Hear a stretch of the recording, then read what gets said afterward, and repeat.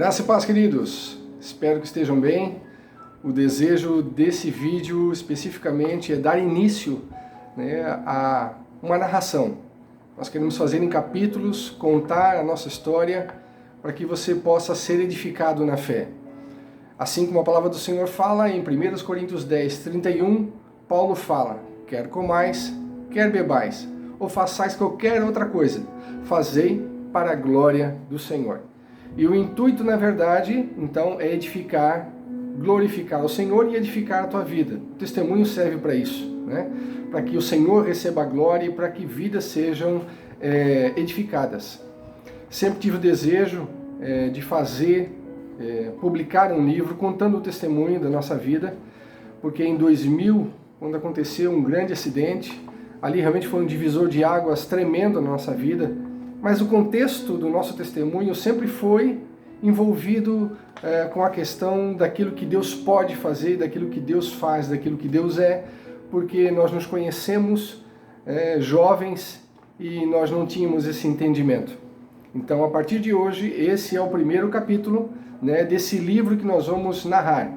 Então, eu creio que vai ter um alcance muito maior, você não vai precisar estar comprando nada, e o intuito não é ganhar dinheiro com isso, o intuito é edificar vidas, e eu espero em Cristo que a nossa história possa edificar a tua vida.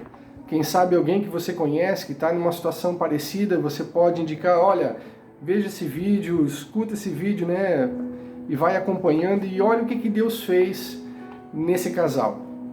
Por isso que eu digo que a palavra do Senhor, como Paulo usou, diz que tudo deve ser para a glória do Senhor. Então que isso tudo glorifique ao Senhor. Tudo começa na nossa juventude, logicamente, no ensino médio. Nós nos conhecemos estudando à noite e eu sempre tive facilidade de me comunicar. Então nós tínhamos uma amiga em comum e com essa amiga eu já estava criando uma certa intimidade quando a Sandra aparece e ela me apresenta então a Sandra, e ali a gente começou a conversar e trocar olhares e a coisa não ficou só nisso. A gente foi se conhecendo um pouco mais e a gente viu uma afinidade, realmente rolou aquela química. E essa química, na verdade, se estendeu além do que deveria, com o longo do tempo, logicamente. E a gente começou a viver uma vida como um casal, depois de alguns meses. Se conhecendo e entrando numa intimidade que é reservada para o casamento. Mas nós não conhecíamos, nós não entendíamos realmente de que forma era viver para agradar o Senhor. Nós achávamos que estava tudo certo, porque todo mundo vive assim, todo mundo vivia assim. E a gente foi se envolvendo cada vez mais. A mãe da Sandra, que já tinha tido um encontro com o Senhor, começou a perceber todo o nosso romance, e entender e ver que a gente já estava indo além. Então a mãe da Sandra começa a convidá-la, convida um dia ela para ir à igreja, mas como nós gostávamos muito, de ter uma vida noturna e de dançar, ela já a primeira coisa que ela colocou como obstáculo era isso, Mas mãe, se eu for à igreja não vou poder mais dançar. E a mãe, com muita graça e sabedoria, disse: não, nada disso, filha. Ninguém vai se intrometer na tua vida. Apenas venha e veja o que Deus pode fazer, quem Deus é. A irmã da Sandra, na época que ainda estava conosco, hoje ela já está com o Senhor. Ela, quando teve o encontro dela com o Senhor também, passou a ser um estímulo para a Sandra, para que a Sandra conhecesse o Senhor. Então a Sandra começou a frequentar a igreja. E o nosso relacionamento, que era realmente de muita parceria, começou a se estremecer. Eu deixava ela na porta da igreja, às vezes ficava por ali dentro do carro, às vezes um pouco mais afastado. Eu não queria me submeter, eu não queria entrar naquele lugar. E ela entrava bonita, radiante, maquiada e saía toda, borrada, porque tinha chorado lá dentro. E eu dizia: não entendo, tu vai para um lugar que tu diz que é muito bom e que você está se sentindo bem, mas você volta desse jeito. Porque, amados, não levou tempo para isso acontecer. Foram poucas idas dela à igreja para que ela já fosse tomada pelo Senhor. E ela realmente foi se entregando ao Senhor. E Deus fez uma obra muito linda nela. Então ela voltava ali e dizia para mim: eu estou assim, mas tu não entende, eu estou cheia de alegria. E aquilo foi me intrigando, porque na verdade eu não conseguia entender como é que alguém, né, alegre podia estar daquele jeito. Mas realmente o testemunho de vida dela foi mostrando que algo tinha acontecido dentro dela. E isso, na verdade, foi me impactando de alguma maneira. Só que quando os olhos não são desvendados pelo Espírito de Deus, quando nós não somos realmente ainda cheios do Espírito, né, transformados pelo Senhor, o homem natural não consegue compreender as coisas de Deus. Realmente parece loucura. Mas Paulo fala que também, né, o Evangelho é loucura para aqueles que se perdem, né? Então ao longo do tempo eu fui percebendo a mudança, aquilo foi me inquietando e realmente foi estremecendo cada vez mais. A gente foi levando, chegamos ao ponto de estarmos noivos, e nesse período, quando noivos, é que onde realmente a coisa ficou difícil, porque aquilo que eu entendia como sendo, né, legal num namoro, na verdade, infelizmente, e graças a Deus por isso, né, para mim não servia mais, porque ela disse: isso não agrada o Espírito de Deus, isso não agrada o Espírito de Deus, isso não agrada ao meu Senhor, Ele não aprova esse relacionamento dessa forma, porque a vida de marido e mulher, o relacionamento íntimo é para o matrimônio, e realmente uma série de consequências quando a gente faz isso fora do casamento. Então eu quero estimular você que hoje namora, que hoje já é noivo, para que realmente busque no Senhor e tenha sabedoria de como levar esse relacionamento para que ele continue puro, para que ele continue de forma que agrade ao Senhor. Porque isso já é uma semeadura para esse tempo onde vocês vão daqui a pouco estar casados.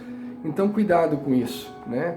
Há muitos relacionamentos que colhem coisas muito complicadas dentro dele, porque começaram de maneira errada. E eu louvo a Deus, porque o Senhor colocou nela a fé, a ponto de entender que realmente quem ela deveria honrar era o Senhor, e não eu. E com isso, trouxe, na verdade, para nós um alicerce como casados tremendo, maravilhoso, porque inclusive eu, né, à frente, fui alcançado por isso, pelo testemunho de vida, pela postura de fé. E nós vemos hoje uma juventude que não quer mais, na verdade, ter compromisso de agradar ao Senhor, de honrar ao Senhor. Isso que Paulo está falando em 1 Coríntios 10:31, para alguns talvez não seja nem conhecido, porque estão dentro de locais onde são entretidos apenas. Há muito entretenimento para a juventude, inclusive dentro de algumas denominações. E eu não quero aqui entrar nessa seara, mas é o que a gente percebe, porque eles precisam de estímulos que, me parece, não são realmente a intimidade com o Senhor, o conhecer o Senhor, a palavra do Senhor. São todas as coisas, menos isso. Então, se o Evangelho precisar desse tipo de aporte para realmente dar sustentação, para alguém caminhar em Cristo, alguma coisa está muito errada. Porque a palavra basta, o Senhor nos basta, mas para isso precisa ter um encontro real e verdadeiro. E como eu não tinha esse encontro real e verdadeiro, eu via nela alguém muito fanática. E o relacionamento começou a ficar cada vez mais truncado. E foi ficando difícil, Até o ponto que um dia, então, eu tentei, num momento desse, onde ela ia à igreja, eu fui junto. Eu disse: eu vou lá na frente, eu vou então aceitar isso, eu vou fazer conforme reza a cartilha, para que então ela possa ficar legal comigo, porque afinal eu amo a Sandra. Queridos, a palavra do Senhor também fala em Gálatas 6:7, que de Deus ninguém zomba. Aquilo que você plantar na carne, você vai colher na carne. E eu fui então, numa reunião dessa, eu fui à frente, eu me coloquei como quem tinha então aceito a Jesus como seu Senhor e Salvador, e fui levando a coisa do jeito que eu achava que dava, o que era o melhor, já que ela queria alguém que fosse à igreja, então eu estava disposto. Mas Deus não permite ser escarnecido. Não levou muito tempo, poucas semanas, a irmã dela tem um sonho, e nesse sonho Deus queria colocar a aliança dele sobre a minha casa, e eu não permitia. Então, como que alguém que se diz em Cristo, né, quando Deus quer colocar sua aliança, fazer uma aliança, essa pessoa, na verdade, ela diz: eu não quero. Então aquele sonho foi muito inquietante e na verdade foi um sonho revelador. Ela chega para Sandra, conta o sonho para ela e ela logo vem ao meu encontro e diz: olha, minha irmã teve um sonho com você, um sonho muito intrigante, está acontecendo alguma coisa? E eu então tive que abrir meu coração e dizer: eu não consigo viver essa fé, eu não consigo viver da maneira que vocês vivem, né? Para mim não está dando, é pesado, é difícil. Então aqui, amados, fica muito claro, e eu posso testemunhar isso logicamente, que viver uma religiosidade é algo pesado. Ser um religioso é algo pesado. E não foi para isso que o Senhor nos chamou. Não foi para ser um religioso que Ele nos chama. Ele nos chama para ser filhos.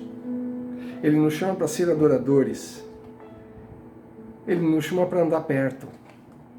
E o Senhor, quando faz isso, e quando isso verdadeiramente acontece, quando você se permite ser alcançado por Ele, por isso que eu sempre digo que foi o Senhor que me alcançou, foi o Senhor que me transformou, eu não me converti. Foi Jesus que fez isso em mim, foi o Espírito de Deus que fez isso em mim, e é Ele que pode fazer isso em você. Então, deixe-se ser trabalhado por Ele. Não tenha medo, não tenha receio. Porque eu vou dizer que a melhor fase da minha vida, foi a partir do momento em que Jesus entrou na minha vida. E Ele quer entrar na tua vida também. E eu espero que esse testemunho, no próximo capítulo, possa continuar te edificando. O desejo, na verdade, é isso. É contar e fazer disso algo público. Que você possa ouvir, refletir e que a palavra do Senhor possa ministrar sobre você. Porque entenda, Deus tem propósito com a tua vida, Deus tem propósito com a tua casa, Deus tem propósito com o teu matrimônio, com os teus filhos. Querido, não fomos criados para o acaso, né? E tem um texto muito lindo em Apocalipse, e eu quero ler para você, Apocalipse 4. Nesse texto,